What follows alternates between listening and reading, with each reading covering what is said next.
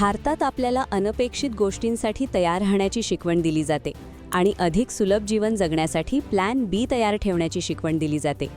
आपल्यापैकी बरेच जण प्लॅन बी तयार करण्यात अयशस्वी ठरतात. पण बंगळुरू येथील ओरॅकलमध्ये नोकरी गमावलेला ओडिशाचा तो माणूस निश्चितच अयशस्वी ठरला नाही. तो शून्य कर्जासह आणि शांत मनाने आपल्या मूळ गावी भुवनेश्वरला परतला.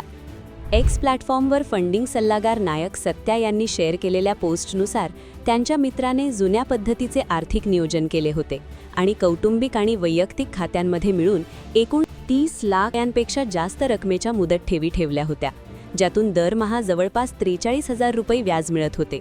आणि नोकरी गेल्याच्या तणावात राहण्याऐवजी त्यांनी कॅब ड्रायव्हर म्हणून पैसे कमवायला सुरुवात केली. ओरॅकलच्या कर्मचारी कपातीत नेमके काय घडले? ज्यांना माहिती नाही त्यांच्यासाठी ओरॅकलने अलीकडेच जगभरातील विविध विभागांमधील हजारो कर्मचाऱ्यांना कामावरून काढून टाकले आहे. प्रभावित कर्मचाऱ्यांना कर्मचारी कपातीचा ईमेल पाठवण्यात आला होता, ज्यावर केवळ ओरॅकल लीडरशिप अशीच सही होती आणि त्यात फक्त ओरॅकलच्या सध्याच्या व्यावसायिक गरजांचा काळजीपूर्वक विचार आणि व्यापक संघटनात्मक बदल ही कारणे दिली होती. कोणतेही स्पष्टीकरण दिले नव्हते, कोणताही तपशील नाही, फक्त एक डॉक्युसाइन लिंक आणि एक काउंटडाऊन. आर्थिक नियोजनासाठी त्याने नेमके काय केले?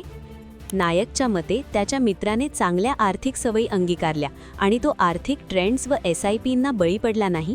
त्याऐवजी त्याने संरचित बचतीची जुनी पद्धत निवडली.